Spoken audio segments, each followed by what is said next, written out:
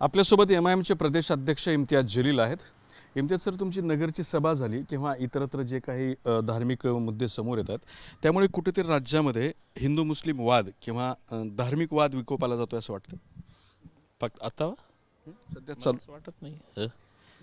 अनेक वर्षापासून हे सुरू आहे आणि जेव्हा जेव्हा निवडणूक येते तर ते त्याच्या पिकाला जातं, ते एक्स्ट्रीमवर जातात. ते निवडणूक आली तर पण मग आता नगरची घटना, तिथं लाठीचार्ज झाला, वेगवेगळ्या पद्धतीच्या रांगोळी काढण्यात आल्या, आय लव्ह मोहम्मद, त्याला प्रत्युत्तर म्हणजे आय लव्ह महादेव, आणि नगरचं तर तुम्ही बघतच आहात की वेगवेगळे मुद्दे समोर येतात. त्याबद्दल काय सांगा? आय लव्ह म्हटलं ना, प्रेमाचा संदेश दिला ना. आता प्रेमालाही विरोध करणार का? करा. मी कोणाशी प्रेम करतो हे माझा आउटलुक आहे.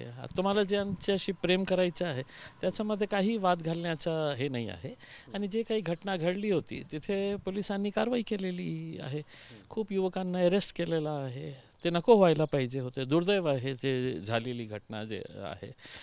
नियम सगळ्यांसाठी आहे. सगळ्यांसाठी पोलिसांनी नियम बरोबर ठेवून मी काही चुकत असेल तर माझ्यावर तुम्ही बिनधास्त कारवाई करा, आणि दुसरेही काही चुकत असेल तुम्ही नाही करत आहे म्हणून हे अशा प्रकारच्या घटना वारंवार घडत आहे. नितेश राणे जे आहेत, सध्याची त्यांची तुम्ही भूमिका पाहताय, त्यांची जी वक्तव्य समोर येत आहेत किंवा मुस्लिमांकडून बॅनरबाजी झाली किंवा कुठले काय झालं, जर जी वक्तव्य समोर येतात तर काय वाटतं तुम्हाला नितेश राणेंच्या, खास करून ते बोलतात त्यावर? ते छत्रपती शिवाजी महाराजांना मानत नाही. त्यांना माहीतच नाही आहे की छत्रपती शिवाजी महाराज कोण होते करके उसमें. म्हणजे छत्रपती शिवाजी महाराजांचं कार्य आणि त्यांचं जे बोलण्याची पद्धत, त्यांचं कार्य जे आहे ते टोटली नॉर्थ आणि साऊथ असतं ना, एक्झॅक्टली टोटली ऑपोजिट आहे. तर ते जेव्हा जे बोलत आहे, जेव्हा ते जे काम करत आहे, ज्या प्रकारची जे भाषेचा वापर करत आहे, मला हात जोडून विनंती आहे, एकदा छत्रपती शिवाजी महाराजांना वाचा तुम्ही. वाचल्यानंतर तुम्हाला कळेल की ते कोण होते. आणि आपण वारंवार हे म्हणतं की आम्ही छत्रपती शिवाजी महाराजांचे मावळे आहे करके उसमें नाही, अशा प्रकारचे मावळे ठेवलेच नसते छत्रपती शिवाजी महाराजांनी उसमें. नितेश राणेंना काढून टाकलं असं शिवाजी महाराजांनी सैन्यातून, असं म्हणायचं तुम्हाला? नक्की. म्हणजे त्यांना जवळ पण नाही केले असते. कारण त्या माणसाचं काय कार्य होतं. 18 पगड जातींना सगळ्यांना सोबत घेऊन चालणारा जे राजा होता, त्या राजाच्या कार्याला आपण छोटा करत आहे अशा प्रकारचं वक्तव्य करून आणि वारंवार सांगून की आम्ही छत्रपती शिवाजी महाराजांना मानणारं आहे करके उसमें. अरे कुठे 0.01% ही ते छत्रपती शिवाजी महाराजांच्या जवळ पण येऊ शकत नाही. दुसरा एक मुद्दा सध्या समोर येतोय, तो बऱ्याच वर्षांपासून पण चर्चेत असतो. म्हणजे कुठला काही सण झाला, उत्सवाला फळं विकत घ्यायचे आहेत, भाजीपाला विकत घ्यायचा आहे तर मुस्लिम व्यक्तीकडून घेऊ नका, हिंदूकडून घ्या. आता दिवाळी आहे तर काही लोक असंही बोलायला लागलेत की दिवाळीची खरेदी जी आहे ती हिंदू व्यक्तींकडूनच करा, मुस्लिम व्यक्तींकडून दिवाळीची खरेदी करू नका. कोणी ऐकत नाही. कोणी ऐकत नाही. कितीही जोरात, कितीही तुम्ही जे सांगणार आहे तुम्ही सांगा उसके अंदर.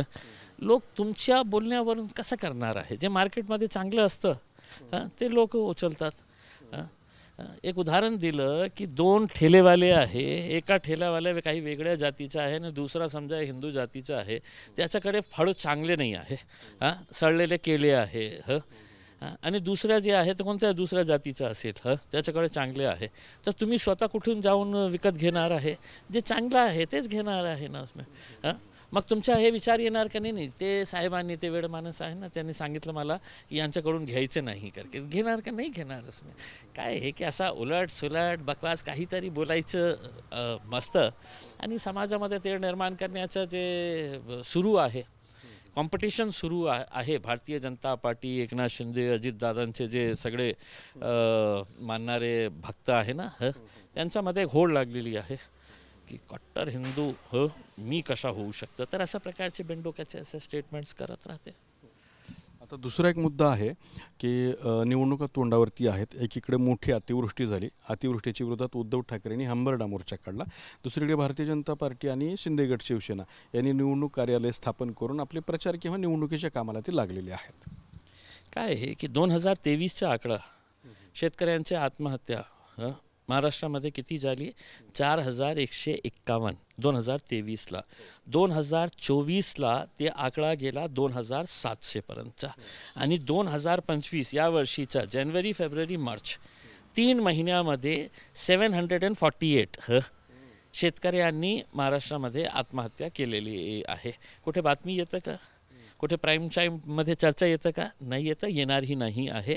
कारण आपल्याला चर्चा काय करायची आहे की एका आमदारांनी सांगितलं की येथूनच खरेदी करायचं आहे. शेतकरी मेला तर मरू द्या ना. हां, शेतकरी आहे. त्याची बातमी आज कोणत्या न्यूजपेपरमध्ये फ्रंट पेजला बातमी येतं का? नाही येतं. शेतकरी आहे, मरू द्या ना त्याला. त्या मरण्यासाठी हे आहे. तुम्हाला हे विचार हे कळत नाही की शेतकरी मेला तर आपण सगळं मरणार आहे. शेतकरी आहे म्हणून आपण सगळं जगत आहे. आणि जेव्हा देवेंद्र फडणवीस विरोधात होते, विरोधी पक्षामध्ये होते, त्यांचे भाषणं ऐका, इतकं चांगलं आपल्याला वाटेल. आणि जेव्हा त्यांनी हे पॅकेज डिक्लेअर केलं, अतिवृष्टीमध्ये जे पॅकेज डिक्लेअर केला त्यांनी 36,000 काहीतरी करोड रुपीजचा आहे, ऐकल्यानंतर इतका आनंद झाला की बाबा कोणीतरी मायबाप सरकार आहे जे शेतकऱ्यांच्या बाबतीत काळजी करत आहे. त्याच्या सखोलमध्ये गेल्यानंतर त्या पॅकेजमध्ये काय काय इन्क्लूड आहे माहीत आहे का आपल्याला? जे गावाचे रस्ते तुटलेले आहे ते रस्तेही आम्ही त्या पॅकेजमध्ये बांधणार. ते शेतकऱ्यांसाठी आहे का? मग त्याच्यासाठी वेगळं मंत्रालय आहे, मिनिस्ट्री आहे, त्यांचं बजेट असतं. त्या बजेटही त्यांनी घेतलं. मग जे लोकांचे घर वाहून गेलेले आहे, ते शेतकरी असेल नसेल माहीत नाही, सामान्य लोकांचं घर काही वाहून गेलं असेल, तेही त्या शेतकऱ्यांच्या पॅकेजच्या नावाखाली त्यांनी त्या पॅकेजमध्ये ॲड केलेले आहे. आता इन्शुरन्स, क्रॉप इन्शुरन्स जे असतं ते कोण? शेतकरी त्याचं हे भरतं, विमा भरतो. त्याचे जे पैसे त्याच्या शेतकऱ्यांच्या हक्काचे आहे तेही त्यांनी त्या पॅकेजमध्ये आणलेलं आहे. आणि दाखवण्यासाठी असं दाखवलेलं आहे की 36,000 इतकं कोटी रुपये आम्ही शेतकऱ्यांसाठी डिक्लेअर केलेले आहे. आता शेतकऱ्यांच्या हातात किती पडणार आहे हे आपल्याला काही दिवसानंतर कळेल. आणि जितकं पडेल त्यांच्या हातात, मग निवडणूक आलेली आहे, तुम्ही कशा पडेल हे शेतकरी तुम्हाला दाखवून देणार आहे.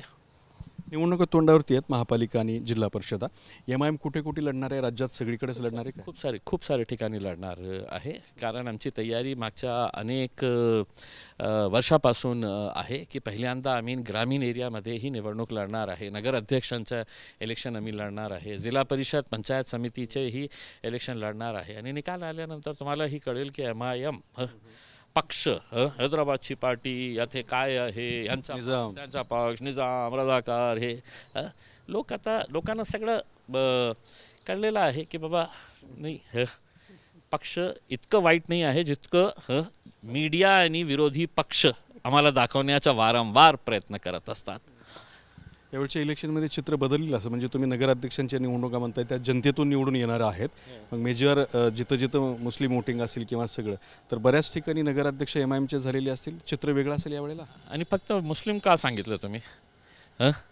अनेक नॉन मुस्लिम्सही माझ्याकडे होतो. 2000 जेव्हा महानगरपालिकेची निवडणूक झाली होती त्यावेळी मी OBC महिला निवडून आणले, SC समाजातले खूप सारे कॉर्पोरेटर्स निवडून आणलेले आहे. आता या 10 वर्षामध्ये खूप सारा बदल झालेला आहे. तुम्ही बघणार अनेक जाती धर्माचे लोकही आमच्यासोबत येणार आहे. ह्या सगळ्या निवडणुका लढवत असताना प्रकाश आंबेडकर असं परवा बोलले की जी वेगवेगळ्या राजकीय पक्षांसोबत युती किंवा आघाडी करायची आहे तर ती त्यांनी जिल्हा बॉडीला अधिकार दिले की तुम्ही कोणासोबतही युती करू शकता. फक्त भारतीय जनता पार्टी आणि MIM या दोन्हीही धार्मिक आधारावर चालणारे पक्ष आहेत, त्यामुळे यांच्यासोबत युती करायची नाही. मला फक्त SC समाजाला आणि त्यांच्या नेत्यांना एक गोष्ट सांगायची आहे की मागच्या जेव्हा आपला देश स्वतंत्र झाला त्याच्यानंतर फक्त हे सेकंड टाईम आहे, दुसऱ्यांदा आहे की एक दलित समाजाचा माणूस जे आहे ते देशाच्या सगळ्या सुप्रीम जे बॉडी आहे, सुप्रीम कोर्टाचा चीफ जस्टिस झालेले आहे. जेव्हा त्यांच्यावर बूट फेकण्यात आला, माझी अपेक्षा अशी होती की त्याचं नेतृत्व सगळे SC समाजातले लोकांनी, शिक्षित लोकांनी, कोर्ट बंद पाडायला पाहिजे होते. सगळं डिस्ट्रिक्ट कोर्ट असू द्या, हायकोर्ट असू द्या, सुप्रीम कोर्ट असू द्या, त्यांनी हे करायला पाहिजे होते. लोकांनी रस्त्यावर उतरून त्याचा निषेध दर्शवण्याची हे करायला विरोध करायला पाहिजे होतं. केलं का? नाही केलं असं. ते जे बूट मारण्यात आलेलं आहे किंवा त्यांच्यावर जे चप्पल फेकण्यात आलेली आहे ते फक्त त्यांच्यावर फेकण्यात आलेली नाही आहे, त्या समाजावरही फेकण्यात आलेली आहे. आणि समाजाचे लोक याची दखल घेत नसेल आणि त्यांची चिंता फक्त निवडणूक पुरतं राहिलेली असेल तर हे देशासाठी दुर्दैवी आहे, मला असं वाटतं. पण मग MIM काही कुणासोबत आघाडी युती करणार आहे का? अछूत शब्दाचा अर्थ कळतं आपल्याला. अनटचेबल म्हणतो आपण त्याला, अनटचेबल. की तुम्ही मला धक्का लागला की तर असे अनेक पक्ष आहे की ज्यांना आमच्याकडून मतं पाहिजे पण आमच्या सोबत यायचं नाही आहे. आम्ही अनटचेबल आहे. चला एकटा चलू रे, आमची ताकद आम्ही दाखवतो. जे कमजोर असते ना, जे दोडबर असते ना, ते काहीतरी क्रचेसची आवश्यकता लागते त्यांना. एकटा लढा, तुम्ही तुमची ताकद दाखवा, आम्ही आमची ताकद दाखवतो. तर हे होते MIMचे प्रदेशाध्यक्ष इम्तियाज जलील. या निवडणुका लढवण्यासाठी आम्हाला कुबड्यांची गरज नाही अशी प्रतिक्रिया त्यांनी दिली आहे. कॅमेरामन अमित अडेसोबत दत्ता कानवटे, TV9 मराठी, छत्रपती संभाजीनगर.